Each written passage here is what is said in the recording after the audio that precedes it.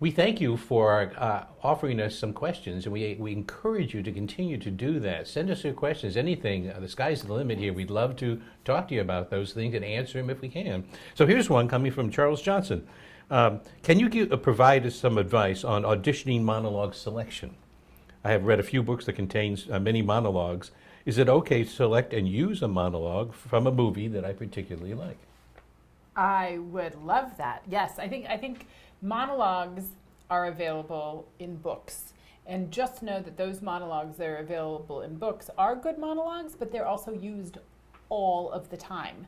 So because I see them a lot, and many casting directors see monologues a lot, it's really nice and fresh and memorable to come up with something different than those books.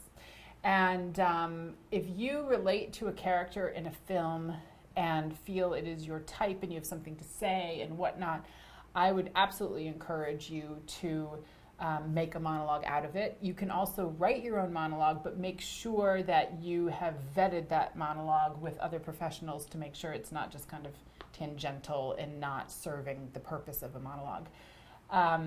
The thing that always intrigues me about asking an actor to do a monologue isn't necessarily the performance itself, which seems really crazy, right?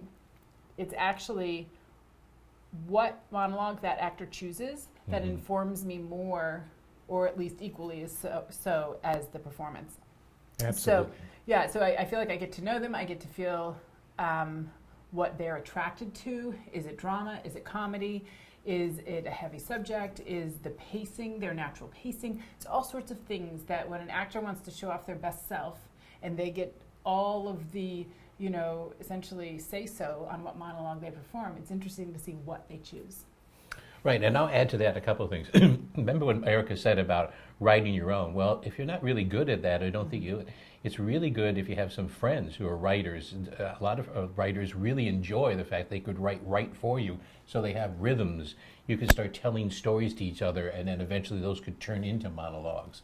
That's one way of doing it. The other tip I would give you is that from now on, you should probably, if you're thinking about this seriously, don't watch films just simply to enjoy them. Certainly you want to do that, but you're watching for good material. And if you see something that you really enjoy, it behooves you to see if you could track that down, write it down verbatim, and really make the producer, that is a monologue. My final tip is, don't do a monologue from a very famous Oscar-winning film. Because invariably what's going to happen as a casting director, just because it's a natural human thing to do, is going to compare you with that major performance. Yes. Look more for obscure films, independent films that might have something that you're connected with. Make that your homework, because there you're going to find maybe good, rich, good, lively material that the casting director does not make as much easy and steady references to. Exactly, and it could be from an Oscar award-winning film, but just not the monologue that everyone remembers. Absolutely. Just something that's a little less, and actually that's always surprising too. It's fun when someone says, well, that was from Forrest Gump, and I'm like, really? Right. That's cool. I don't remember that. I remember, Sally Field in the bed, but I don't remember, this other scene. So. And I've seen actors actually put together bits of dialogue that becomes a monologue, and therefore it really is fresh and new because of that. Yes. Yeah. So being original, being live, and please listen to her tip. They hear these things a whole bunch of times. So you're doing yourself a disservice if they're hearing a monologue for the 20th time. Right. Rather than something fresh and original. Right. And the last thing is beware of a theater piece monologue being used for a film audition or a film casting director, because while it could lend itself easily to film, there is something innate in theater writing that is meant for the theater, and not all actors are kind of agile enough to really make that transition. So why not help yourself in the first place by actually originating a monologue from the same genre that you were performing in? Yeah, great advice. Really, if you're doing something from a theater piece, really make sure, I say, that it's not so literarily bound. In other words, it has to flow rather naturally. And so there are some really good authors, modern authors, who will do that for you. I could name a few if you wanted to.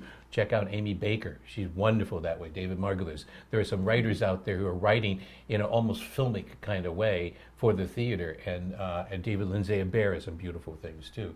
You can find them out there. Just be careful they're not overly ornate or literarily. Remember, theater is auditory. It's about listening, whereas this is a visual medium. Exactly. Hope that helps.